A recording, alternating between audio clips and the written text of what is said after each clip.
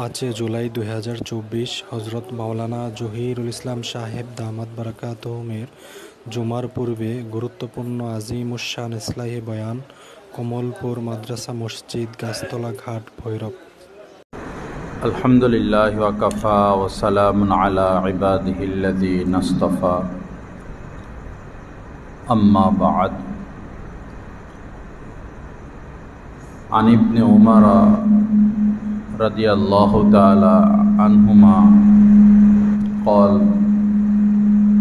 قال رسول الله صلى الله تعالى عليه وسلم كن في الدنيا كأنك غريب أو عابر السبيل أو كما قال عليه الصلاة والسلام اللهم صل على سيدنا ومولانا محمد وعلى آل سيدنا ومولانا محمد وبارك وسلم أستغفر الله الذي لا إله إلا هو الحي القيوم وأتوب إليه।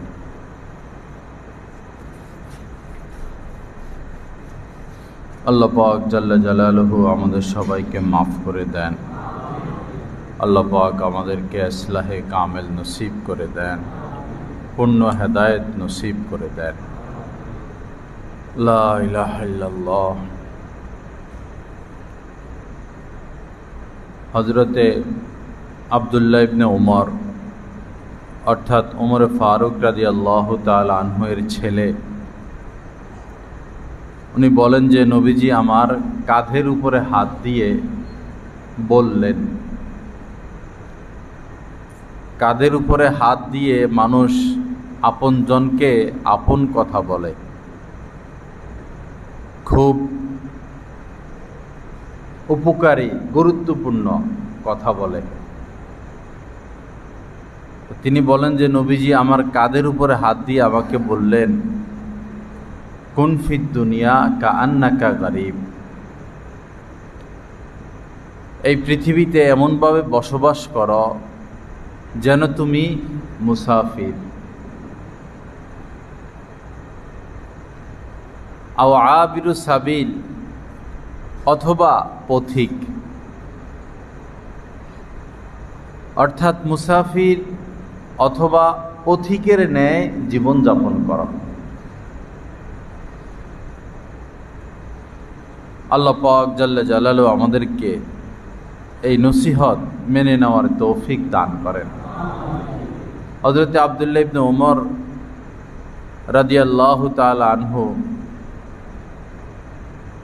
তিনি বলতেন যে যখন সকাল হয় তো তোমরা সন্ধ্যার অপেক্ষা করো না, আবার যখন সন্ধ্যা হয় তো সকালের অপেক্ষা করো না। সকাল হলে সন্ধ্যার অপেক্ষা করো না, এটার অর্থ হলো অনেক মানুষ চিন্তা করে আজকে বা এই সপ্তাহ বা এই মাস বা এই বছর বা এখন আমি একটু জামিলা আছি, এই জামিলা সেই জামিলা ওই জামিলা, আচ্ছা জামিলাটা দূর হোক, পরে নেক আমল করব। আজকের দিনটা এভাবে যাক, কালকে থেকে ভালো হয়ে যাব। তো উনি বলেন যে না, সকাল পেয়েছ, সন্ধ্যার অপেক্ষা করো না। হতে পারে সন্ধ্যার আগেই তোমার বিদায়ের ঘন্টা বেজে যাবে। সন্ধ্যা চলতেছে, তুমি ভাবতেছ আগামীকাল থেকে ভালো হয়ে যাব, নেক আমল করব, সেই অপেক্ষা করো না, এখনই যা করার করে নাও। আল্লাহ পাক আমাদেরকে হেদায়েত দান করেন। আমাদের গাছতলা ঘাট মুসলিমের মোড়ের যিনি ব্যবসায়ী হাজী শাহিন সাহেব, বারবারই ওনার কথা মনে পড়ে। আগে আমাদের এখানের নিয়মিত মুসল্লি ছিল, তো কালকে রাত্রে মনে পড়তেছে যে তিনি তো গত রাত্রেও আমাদের মতো খাটের উপরে ঘুমাইছেন। গত রাত্রেও খাটের উপরে ঘুমাইছেন, তোশকের উপরে ঘুমাইছেন, হয়তো এসির ভিতরে ঘুমাইছেন। কতক্ষণ লাগলো যে তিনি এখন আরেক জগতে চলে গেছেন। হয়তো চিন্তাও আসে নাই যে আজকে আমার ইন্তেকাল হবে। সুস্থ মানুষ,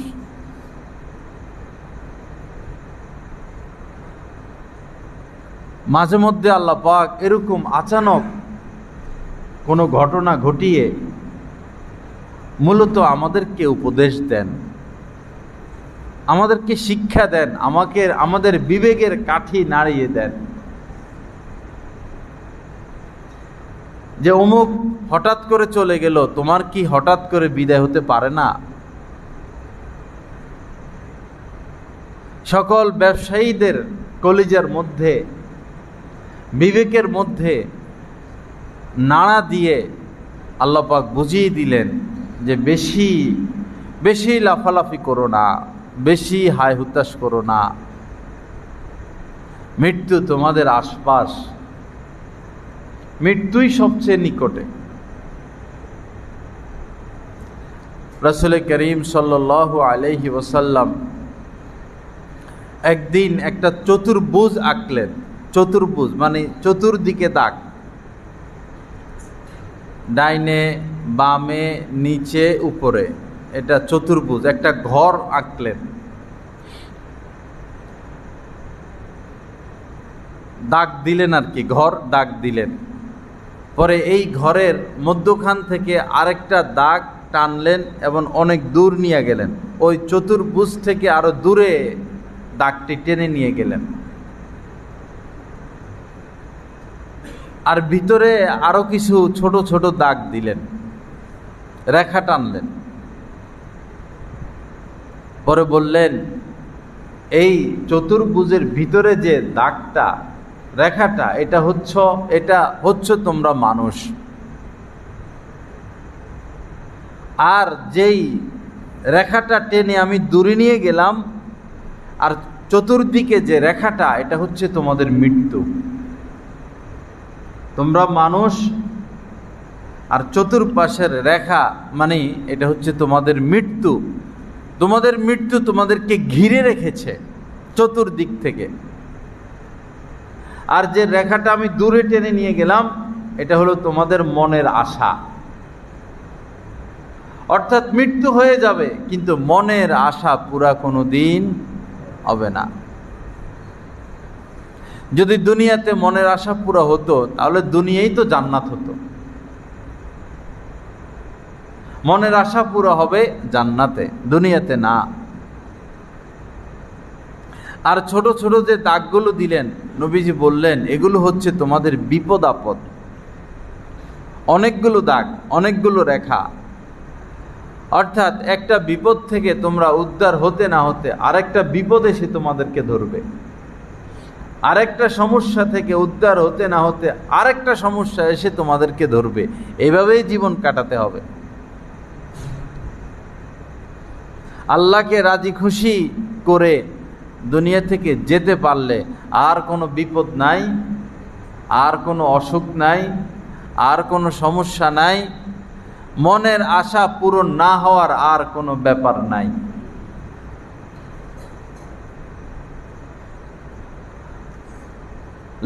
লোভই আমাদেরকে শেষ করতেছে। আকাঙ্ক্ষা, আশা আকাঙ্ক্ষা, লোভ, আশা আকাঙ্ক্ষা। এজন্য লোভকে, চাহিদাকে কন্ট্রোল করা।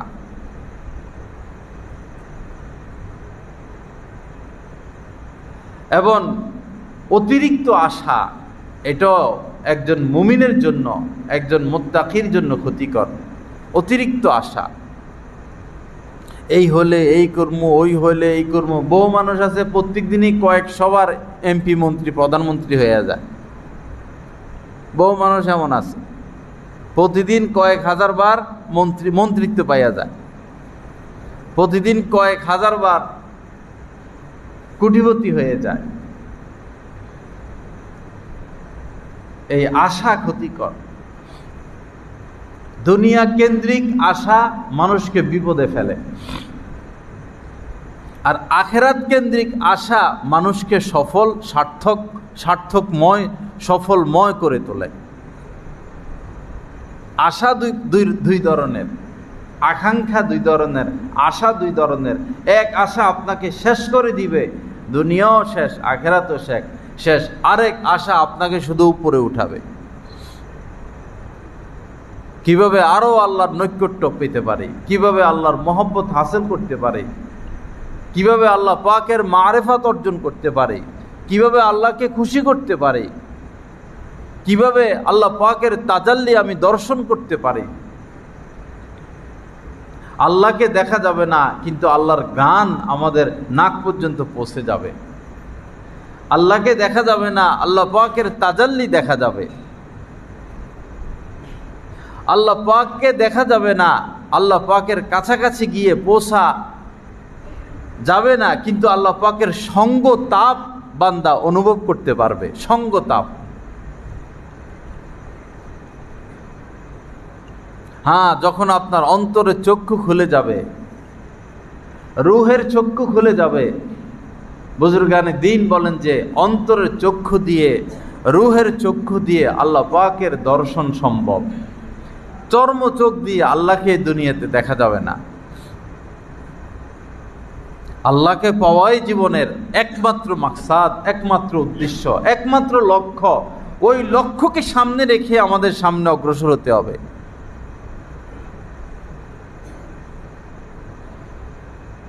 বাদশাহ মাহমুদ আর তার এই গোলাম ছিল, বাদশাহ মাহমুদ এবং আয়াজ। একদিন বাদশাহ বললেন, যত উজির কর্মচারী প্রাসাদে যারা আছে সবাইকে উদ্দেশ্য করে বললেন, তোমরা যে যেটা চাইবা ধরবা, আমি আজকে তারে সেটাই দিব। অনেক সময় বাদশাদের মন খুশি হয়ে যায়, এরকম ঘোষণা দেয়, যে যেটা ধরবা, যে যেটা চাইবা তারে আমি সেটা দিব। তো কেউ ছিল এমপি, তারা বলল আমারে মন্ত্রিত্ব দেন। কেউ বলল আমাকে এতগুলো জমি লিখে দেন, কেউ বলল আমাকে অমুক হীরার টুকরাটা দিয়ে দেন। কেউ পদ চাইলো, কেউ সম্পদ চাইলো। বাদশার ঘনিষ্ঠ প্রিয় আপনজন হইল আয়াজ। আয়াজ চুপচাপ বাদশার সাথে দাঁড়ায় আছে। সবাই আয়াজকে উপহাস করে যে এটা একটা পাগল ছাগল, আজকে এত বড় সুযোগ, কিছুই চায় না, হাবা বোবা। আয়াজ বাদশার কাঁধের উপরে এমনি হাত দিয়ে রাখছে, বাদশার পাশে দাঁড়ানো। তো যে যা চাইছে সবাই সব দিয়ে দিচ্ছেন। বাদশাহ আয়াজকে বললেন, আয়াজ তুমি আমার এত প্রিয়, তোমাকে তো আমি অনেক কিছু দিতে চাই, বলো তুমি কি চাও। সে বাদশার কাঁধের উপর হাত দিয়ে দাঁড়ায় দিছে। আরে বেকুব, কি চাস তুই বল। আয়াজ বলতেছে, বাদশাহ আমি আপনাকে চাই। সুবহানাল্লাহ। এই হচ্ছে জিন্দেগি। এদেরকে বলে আকলমান। ওরা তো দুনিয়ার গান্দা জিনিস চাইলো, পাইয়া গেছে। আর আয়াজ বলতেছে, আমার গান্দা জিনিসের দরকার নাই, আমি আপনাকে পাইলেই হয়েছে, আমি বাদশাকে পাইলেই হয়েছে, আমি বাদশার প্রিয় হতে চাই। তো যে বাদশাকে পেয়ে যায় সে তো পুরো রাজত্বই পাইয়া গেল। আর ওরা তো না হলে মন্ত্রী পাইলো না, এমপি হইলো, বা স্বর্ণ পাইলো, বা হীরা পাইলো, যেটা একদিন দুনিয়ার সাথে মিশে যাবে। কিন্তু আয়াজ ওই গান্দা দুনিয়ার দিকে লক্ষ্য করে নাই। আয়াজ বলতেছে, আমি বাদশাকে চাই। বাদশাহ আয়াজের উপরে খুশি হয়ে গেলেন।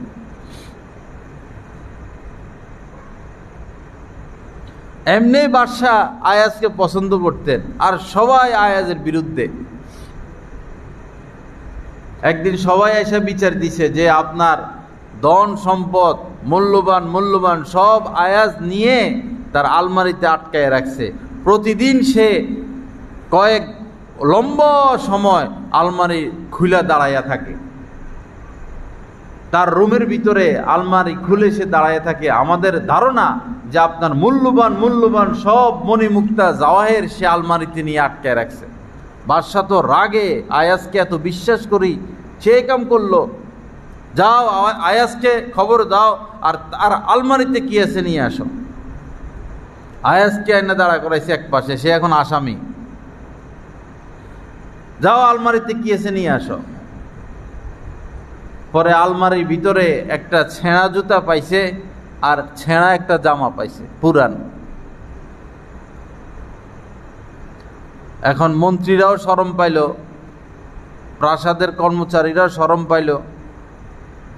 কি আয়াস, তুমি এই প্রতিদিন আলমারির সামনে দাঁড়াই থাকো আর আলমারির ভিতরে ছেঁড়া জুতা আর জামা, কি ব্যাপার? আয়াস কাঁদতেছে। আয়াজের চোখে পানি। বাদশাহ, যেদিন প্রথম দিন আমি আপনার এই প্রাসাদে আসি, আমার পায়ে এই ছেঁড়া জুতাটা ছিল আর আমার গায়ে এই পুরান জামাটা ছিল। আমি এটা হেফাজত করেছি। প্রতিদিন আমি এই ছেঁড়া জুতাটা, এই জামাটা দেখি, আর আপনি যে আমার উপরে এহসান করছেন এটার এই কথা স্মরণ করি আর আমার আল্লাহ পাকের শুকরিয়া আদায় করি।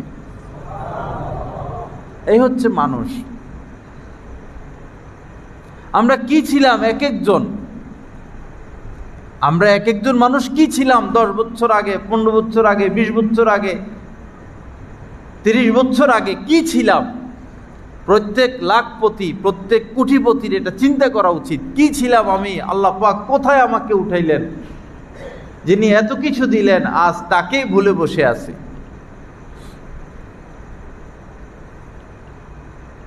আল্লাহ পাক সহি বুঝ দান করেন। আল্লাহ পাক আমাদেরকে মাফ করে দেন। আল্লাহ পাক অতীতকে স্মরণে রাখার তৌফিক দান করেন। বাবা, এজন্য ইতিহাস একটা বিষয়, নিজের অতীত আরেকটা বিষয়। অতীত ভুলতে নাই, অতীত ভুলতে নাই।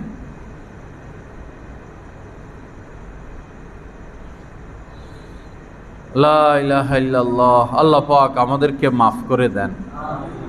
হযরতে নবীজি আব্দুল্লাহ ইবনে ওমর রাদিয়াল্লাহু তাআলা আনহুমার কাঁধে হাত দিয়ে বললেন যে এমনভাবে বেঁচে থাকো কেমন যেন তুমি মুসাফির, আও আবিরু সাবিল, অথবা তুমি পথিক, রাস্তার পথিক।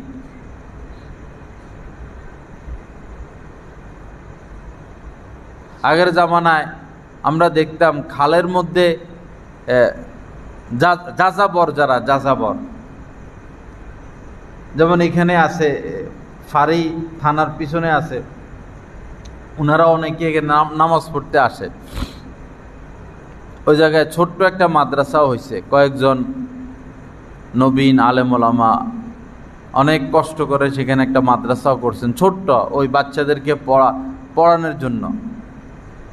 তো কিছুদিন আগে যে বাতাস আসছিল, তুফান, পুরা মাদ্রাসা উড়িয়ে নিয়ে গেছে। মাদ্রাসার ছাদও হইল প্লাস্টিক, দুই পাশও দিছে প্লাস্টিক দিয়া। যাই হোক, আগে আমরা দেখতাম যে নদীর খালের মধ্যে নৌকা নিয়ে তারা আসতেন, নৌকার উপরে থাকতো। এটাই ঘর বাড়ি, জীবন মরণ, এখানে বিয়ে শাদী হয়, এখানে ঘুমায়, নৌকাই সব। এখানে প্রস্রাব পায়খানা করে, নৌকার ভিতরে পাক করে। তো এরা যে নৌকা নিয়ে একটা এলাকায় আসে, এলাকায় আসে বেশি দিন থাকে না, 10-15 দিন, আবার আরেক এলাকায় চলে যায়। তো এই যে লোকগুলো, এরা কি চেয়ারম্যান মেম্বার হওয়ার স্বপ্ন দেখে? যে এলাকায় আসে, যে এলাকায় আসছি 10 তলা বিল্ডিং বানায়, 20 তলা বিল্ডিং বানায়, এরকম স্বপ্ন তারা দেখে না। তারা মুসাফির, আসছে কিছুদিনের জন্য, এখানে তাদের কিছু ব্যবসা বাণিজ্য আছে। ঠিক আমরাও কিছুদিনের জন্য এখানে আসছি, অনির্দিষ্ট। আল্লাহ পাক যদি বলে দিতেন যে তুমি 60 বছর বাঁচবা, তুমি 70 বাঁচবা, তুমি 80 বাঁচবা, তাহলে কি জানি আমরা করে ফেলতাম, কত কিছু করে ফেলতাম। যে 60 বছর আছে হায়াত, 50 বছর পর্যন্ত যা ইচ্ছা তা করে লই, 55 বছর পর্যন্ত যা ইচ্ছা তা করে লই। আল্লাহ পাকের হিকমত যে তিনি কার কতদিন হায়াত বলেন নাই। এক শরাবি মদ খায়, তো খাইতে খাইতে খাইতে খাইতে সম্পদ শেষের দিকে, তো আরেকজন গিয়ে তাকে বলতেছে, আর কত খাইবা, এবার অন্তত ছাড়ো না, তোমার তো সময় শেষ, এই রোগ সেই রোগ ওই রোগ। সে জবাব দিতেছে, আর কয়দিন বাঁচবো, হয়তো 5-7 বছর আমার হায়াত আছে, ভালো মতে খাইয়া লই, ভালো মতে খাইয়া মরি। এই বুঝ মানুষের। আল্লাহ পাক আমাদেরকে মাফ করে দেন, আল্লাহ পাক মনটাকে নরম করার তৌফিক দান করেন। ইয়া আইয়ুহাল্লাযীনা আমানু লা তুলহিকুম আমওয়ালুকুম ওয়া আওলাদুকুম আন যিকরিল্লাহ। সুবহানাল্লাহ। মুমিনদেরকে বলতেছেন, বহু কথা সরাসরি হিন্দুদেরকে নবীজি বলছেন, আল্লাহ পাক বলছেন, বহু কথা খ্রিস্টানদেরকে বলছেন কোরআনে, বহু কথা হিন্দুদেরকে বলছেন, ইহুদিদেরকে বলছেন, বহু কথা নাস্তিকদেরকে বলেছেন। কোরআন এটা সবার ধর্মীয় কিতাব, শেষ জামানার এই কিতাব সকলের জন্য। এখানে সকলকে হেদায়েত দেওয়া আছে। যারা কোরআন মানে তাদেরকে মুসলমান বলে। মূলত কোরআন সকলের ধর্মীয় কিতাব। তো এই কথা মুমিনদেরকে শুধু বলতেছেন, লা তুলহিকুম আমওয়ালুকুম ওয়া আওলাদুকুম আন যিকরিল্লাহ। তোমাদের সন্তান, তোমাদের সম্পদের কারণে তোমরা আল্লাহর স্মরণ থেকে, আল্লাহর জিকির থেকে গাফেল থেকো না। সন্তান আর সম্পদের কারণে আল্লাহকে ভুলে যেও না। ওয়ালা তাকুনু কাল্লাযীনা নাসুল্লাহা। অন্য আয়াতে আল্লাহ পাক বলেছেন, ওই ব্যক্তিদের মতো তোমরা হইও না যারা আল্লাহকে ভুলে গিয়েছে। আল্লাহ পাক আমাদেরকে পাপ মুক্ত হওয়ার তৌফিক দান করেন। আল্লাহ পাক আমাদেরকে সুদ আর ঘুষ মুক্ত হওয়ার তৌফিক দান করেন। যারা সিসির সাথে জড়িয়ে গেছেন, বড় বড় এনজিও লোনের সাথে জড়িয়ে গেছেন, আপনারা তো আপনাদের সন্তানদেরকে জবাই করে দিলেন, পরিবারকে জবাই করে দিলেন, আপনার সন্তানকে এতিম বানাইলেন, রাস্তার ফকির বানাইয়া দিলেন। আপনার সন্তান তো ভিক্ষা করবে কয়দিন পর, আপনি তারে ভিক্ষুক বানাইলেন, আপনি তাদেরকে জাহান্নামী বানাইলেন। আপনি অপরাধী, আপনার শাস্তি হওয়া উচিত। রাখেন আপনার দ্বীনের কাজ। 100টা মসজিদ বানান, কি হবে এই মসজিদ দিয়া? 100 মসজিদ মাদ্রাসার আপনি সভাপতি, সেক্রেটারি, 10 পয়সা দাম নেয় আল্লাহর কাছে এগুলা। কিসের ওয়াজের মাহফিলের আপনি সভাপতি? হারাম খান। লজ্জা থাকা উচিত এ সমস্ত মানুষদের। সাদা সাদা দাড়ি, সাদা সাদা পাঞ্জাবি, 100 বার হজ আর উমরা করে, 10 পয়সা দাম নেই আল্লাহ পাকের দরবারে আপনাদের এই সমস্ত নফল ইবাদত। কোন ইবাদত কবুল হয় না যারা সুদ খায়, ঘুষ খায়, হারাম খায়। কোন ইবাদত কবুল হয় না তাদের। আপনারা সমাজ নষ্ট করতেছেন, দেশ নষ্ট করতেছেন, জাতি নষ্ট করতেছেন, নিজেকেও শেষ করলেন, পরিবারকেও শেষ করলেন। আপনাদের শাস্তি হওয়া উচিত, আগুন দিয়ে সমস্ত লোকদেরকে জ্বালাই দেওয়া উচিত। একবারই কোটি কোটি মানুষের সামনে হাত পা বাইন্দা এই সুদখোর ঘুষখোরদেরকে জ্বালাইয়া দেওয়া উচিত। এরা দেশকে শেষ করছে। দেশ আজ হুমকির মুখে, দেশের অর্থনীতি হুমকির মুখে এই সুদখোর, এই ঘুষখোরদের কারণে। একটা একটা করে এদেরকে মসজিদ মাদ্রাসার কমিটির থেকে বাদ দেওয়া উচিত। এদের কারণে মসজিদে কোনো নূর নাই, এদের কারণে দিনের মধ্যে কোনো বরকত নাই, দিনের কাজে বরকত নাই। এদের কোনো কথা শুনবেন না। সুদখোরদের সাথে কোনো সম্পর্ক নাই, কোনো মহব্বত নাই, কোনো উঠা বসা নাই, কোনো লেনদেন নাই। আপনি আপনার সন্তানকে অসহায় করে দিলেন। আপনি ব্যবসা করেন, 1 কোটি টাকা আপনার সিসি, আপনি দোকান দেখাইয়া সিসি নিলেন। আপনি যদি এখন মারা যান তো আপনার ব্যাংক এসে তালা লাগাবে না আপনার ব্যবসায়? আপনি ব্যবসায়ী মানুষ, ব্যবসা করে টাকা পরিশোধ করতে পারবেন, আপনার বাচ্চাটা ছোট, আপনার ব্যবসাটা কে দেখবে? আপনি তো বিপদে ঠেলে দিলেন আপনার সন্তানটাকে, রাস্তায় বসাইয়া দিলেন।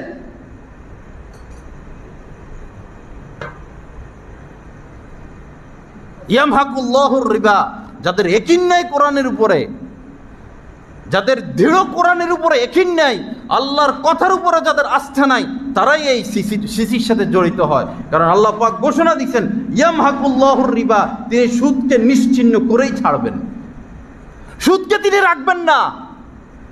সুদী পথে আগাই আপনি 1000 কোটি টাকার মালিক হবেন, এই 1000 কোটি টাকার মধ্যে বরকত নেই, আপনি আবার ফকির হতে পারেন। ফকির তিনি করে দিবেন, আপনার জীবদ্দশায় আপনার টাকা পয়সা শেষ হয়ে যাবে, অথবা পরবর্তীতে শেষ হয়ে যাবে, যে কোনোভাবে হোক এই টাকা পয়সা থাকবে না। লজ্জা থাকা উচিত, আমাদের হায়া থাকা উচিত। যেই দেশে রিক্সা চালাইলে 500, 700, 1000 টাকা কামানো যায় প্রতিদিন, সেই দেশে সিসি নেওয়ার কোনো প্রয়োজন নাই।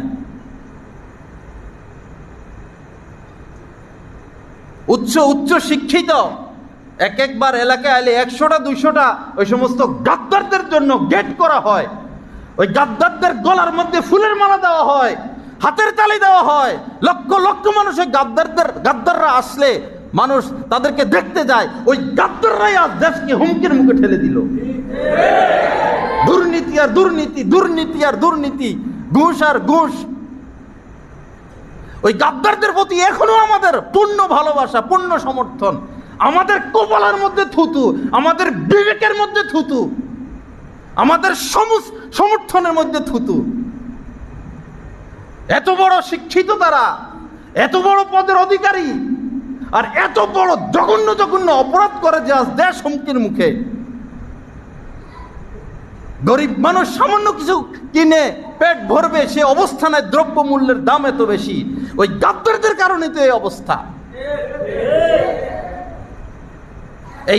এই সিসিওয়ালারা, ঘুষখোররা, সুদখোররা, এই চোরেরা, এই দুর্নীতিবাজরা এই দেশকেও বিপদে ঠেলে দিল, গরিব মানুষকেও তারা জবাই করে দিল।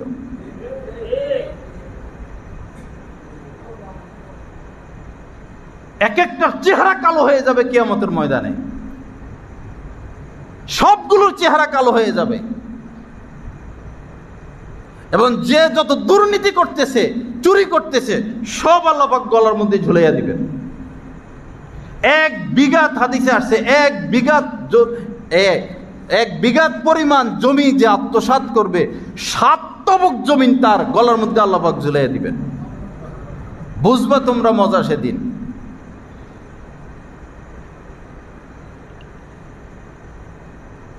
আল্লাহ পাক সহি বুঝ দান করেন, আল্লাহ পাক হেদায়েত দান করেন। আর দেশ হুমকির মুখে, কিভাবে দেশ চলবে? কে রাখে দেশের খবর? কার ভিতরে প্রেম আছে জনগণের প্রতি, গরিব মানুষদের প্রতি?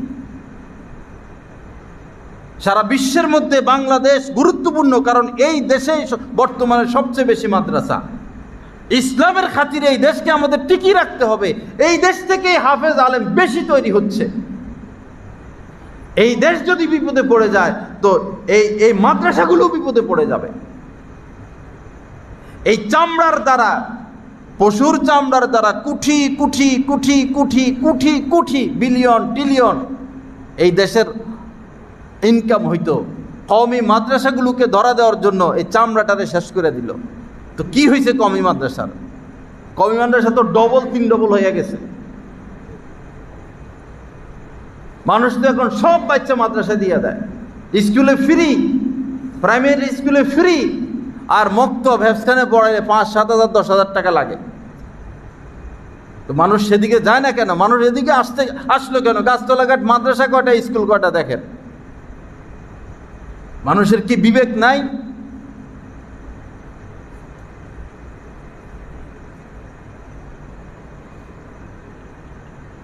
আল্লাহ পাক আমাদেরকে হেফাজত করেন।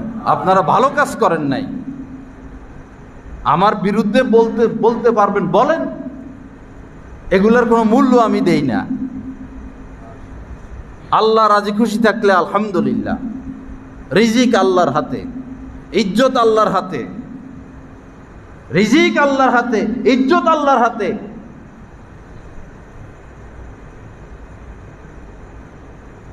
মানুষের গোলামি, মাখলুকের গোলামি আমাদের ভিতরে নাই। মাখলুকের কোনো ভয়, যার্রা পরিমাণ ভয় ভিতরে নাই। মাখলুক কি করবে, মানুষ কি করবে, তার কি ক্ষমতা? তওবা করেন বাবারা, ফিরে আসেন, ফিরে আসেন। আপনি এখন মারা যাবেন, এখন আপনার শিশির কি উপায় হবে, সন্তানের কি হবে, স্ত্রীর কি হবে, তারা চলবে কিভাবে? ব্যাংক তো সব নিয়ে যাবে। বহু ছেলে ফেলে বাবা মারা গেছে দোয়া করে না, আগুন দেয়, বাপের কবরে আগুন দেয়। যে বাবা ব্যবসা করছে, ভিতরে ভিতরে এত লাখ টাকা সিসি, এখন তো আমাদেরকে ঘর থেকে বাইর করে দিছে ব্যাংকওয়ালার আয়সা, আগুন দেয় ঘরের মধ্যে, কবরের মধ্যে।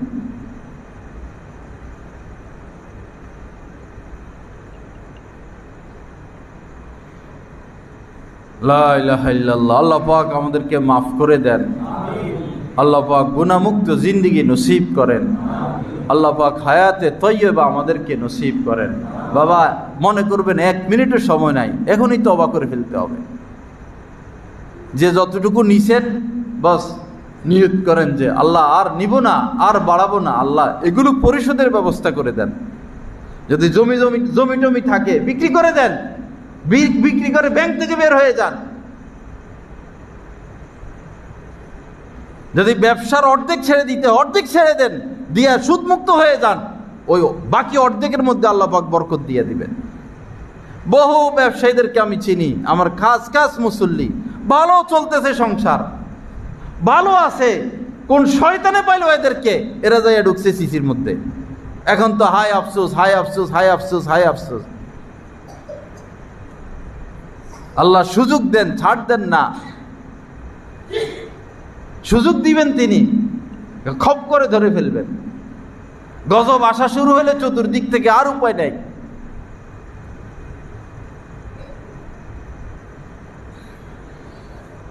লা ইলাহা ইল্লাল্লাহ। আল্লাহ আমাদেরকে হেফাজত করেন, আল্লাহ পাক হালাল খাওয়ার তৌফিক দান করেন। বমি, হাত গলার মধ্যে হাত ঢুকাইয়া বমি করছেন হযরত সিদ্দিক আকবর রাদিয়াল্লাহু তাআলা।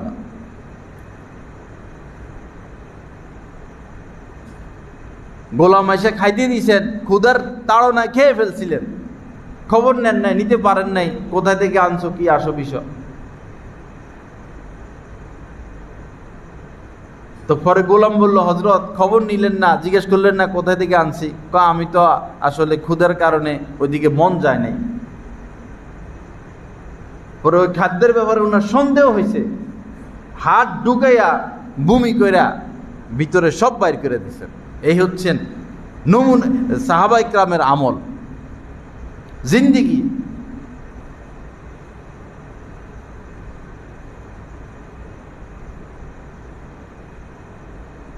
একটা খেজুর রাস্তায় কোথাও পড়েছিল, নবীজি এটা খেয়ে ফেলছেন, কারণ মানুষের পায়ের নিচে পড়ে এটা নষ্ট হয়ে যাবে। পরে সারা রাত ছটপট, এই পাশ ও পাশ, ঘুমান নাই, এক অস্থিরতার মধ্যে রাত কাটাইছেন। আম্মা জানতে চাইলেন, ইয়া রাসূলুল্লাহ এত কষ্ট, সারাটা রাত ঘুমাইলেন না?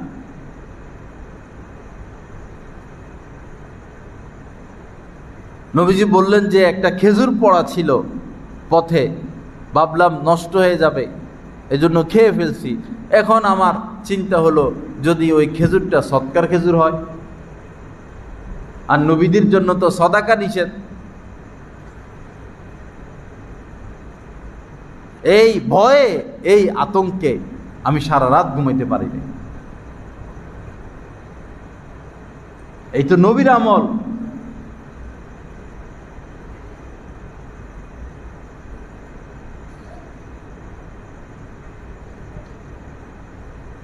আল্লাহ পাক আমাদেরকে হালাল খাওয়ার তৌফিক দান করেন, আল্লাহ পাক হালাল খেয়ে দুনিয়া থেকে যাওয়ার তৌফিক দান করেন। আল্লাহকে ভয় করি ভাইয়েরা, আত্মসাৎ ছেড়ে দেই, মৃত্যুর জন্য প্রস্তুত হয়ে যাই। এক প্রস্তুতি নিয়ে রাখি, সব সময় একটা প্রস্তুতি নিজের মধ্যে। একদিন খুব দ্রুত আসরের নামাজ পড়ালেন নবীজি, খুব তাড়াহুড়া করে। নামাজের পরে সাধারণত বসেন, কিন্তু নবীজি খুব তাড়াহুড়া করে ঘরে চলে গেছেন।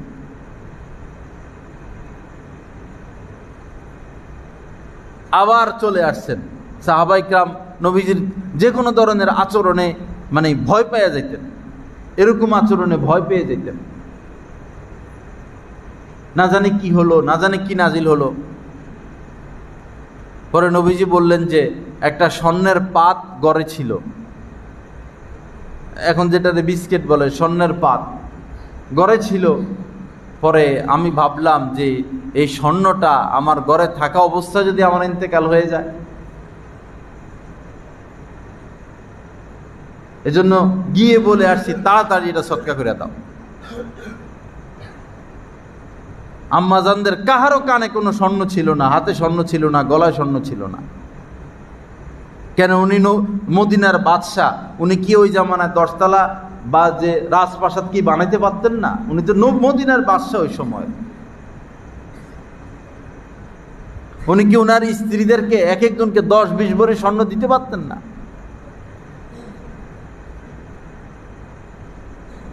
এমনভাবে দুনিয়া থেকে বিদায় নিছেন, কিছুই রেখে যান নাই, না গরু, না ঘোড়া, না উট, না কোনো জমি।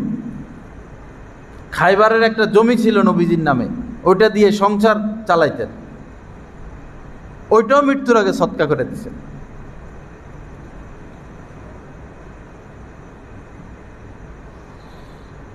লা ইলাহা ইল্লাল্লাহ। আমার ভাইয়েরা, নিজের নফসকে কন্ট্রোল করে, লোভকে সামলাই। অমুক 10 তলা বিল্ডিং বানায় ফেলছে, অমুক ঢাকা শহরে 20টা বিল্ডিং বানায় ফেলছে, অমুক কোটিপতি হয়ে গেছে, অমুক মাসে 1 কোটি টাকা ইনকাম। এগুলো আলোচনার দরকার কি? এগুলো দেখার দরকার কি?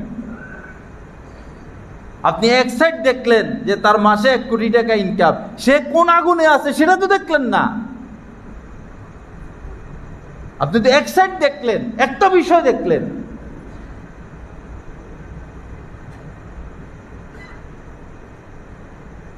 যারা এরকম অগাধ সম্পদের মালিক হয়ে গেছে, তাদের পারিবারিক অবস্থা, তাদের মানসিক অবস্থা, তাদের অস্থিরতা, তাদের পেরেশানি, তাদের কষ্ট, তাদের দুঃখ, সেটা তো আমরা দেখলাম না।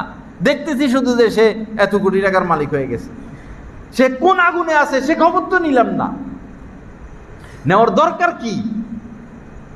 আমাকে আপনাকে আল্লাহ পাক যে অবস্থায় রাখছেন, সে অবস্থার উপরে আমরা খুশি থাকি,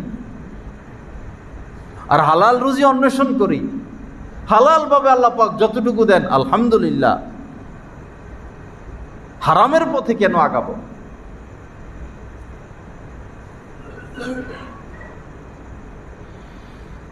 লা ইলাহা ইল্লাল্লাহ। আল্লাহ পাক সহি বুঝ দান করেন। আবার ব্যবসা বাণিজ্য ছাড়া, চাকরি বাকরি ছাড়া ঘরে বসে থাকা, সেটাও কাম্য না। ফাইদা কুজিয়াতিস সালাত ফান্তাশিরু ফিল আরদ ওয়াবতাগু মিন ফাজলিল্লাহ। আল্লাহ পাক বলেছেন, যখন নামাজ আদায় করবা তো ছড়িয়ে ছিটিয়ে পড়ো, কাজকর্ম করো। কোথায় কোথায় আমি রিজিক রাখছি সেটা খোঁজো, কর্ম করতে হবে। কিন্তু কর্ম মানে এই নয় যে আমি হারাম পথে আগাবো। যে চাকরির আয় পুরোটাই হারাম, আপনার সন্তানকে সে চাকরি করতে দিবেন কেন? আপনি সেই চাকরি করতে যাবেন কেন? আপনার কি উপায় হবে? আপনি হয়তো কিছু বান্ডিলের মালিক হবেন, নোটের মালিক হবেন, আপনার আখেরাত কি হবে? আপনার স্ত্রী সন্তানের উপায় কি হবে? আল্লাহ পাক আমাদেরকে তওবা করার তৌফিক দান করেন। আল্লাহ পাক আমাদেরকে ফিরে আসার তৌফিক দান করেন। আল্লাহ পাক আমাদেরকে গুনাহমুক্ত হওয়ার তৌফিক দান করেন। এজন্য বাবারা একটু ফিকির করি, সবাই ফিকির করি, এখন এই মুহূর্তে আমার ইন্তেকাল হয়ে গেলে কি উপায় হবে? হাজী শাহিন সাহেব চলে গেলেন, সবার হৃদয়ের মধ্যে ঘন্টা দিয়া, বিবেককে নাড়িয়ে। এত এত ঘটনা ঘটে, এরপরেও যদি আমরা শিক্ষা গ্রহণ না করি, একটু পরে মানুষ ভুলে যায়। গতকাল এত বড় ঘটনা হয়েছে, একদিন পরে এটা ভুলে যাবে, কারণ এরকম আরো অনেক ঘটনা ঘটে, এগুলো ভুলা যাবে না।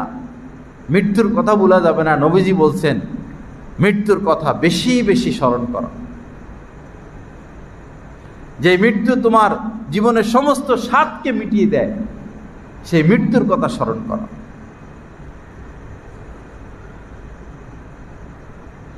আল্লাহ পাক মৃত্যুর প্রস্তুতি এবং মৃত্যুর কথা স্মরণ এবং হালাল খেয়ে আল্লাহকে রাজি খুশি করে দুনিয়া থেকে বিদায় নেওয়ার তৌফিক দান করেন। ওয়া আখিরু দাওয়ানা আলহামদুলিল্লাহি রাব্বিল আলামিন ওয়া সাল্লাল্লাহু আলা নবিয়্যিল কারীম।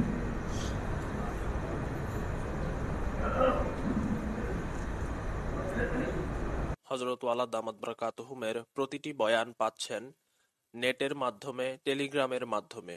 প্রথমত গুগল প্লে স্টোর থেকে টেলিগ্রাম অ্যাপসটি ডাউনলোড করতে হবে। তারপর টেলিগ্রাম অ্যাপসে প্রবেশ করে নিজের মোবাইল নাম্বার এবং একটি ভেরিফিকেশন কোড প্রদানের মাধ্যমে অ্যাকাউন্ট খুলতে হবে। অ্যাকাউন্ট খোলার পর ডান পাশে উপরে একটি সার্চ আইকন থাকবে, ওইখানে বাংলায় লিখতে হবে বয়ানে মাওলানা জহিরুল ইসলাম সাহেব, অথবা ইংরেজিতে @বয়ানবিডি। তারপর চ্যানেলে প্রবেশ। পরবর্তী কাজ হলো নিচে জয়েন আইকন থাকবে, ওইখানে ক্লিক করা।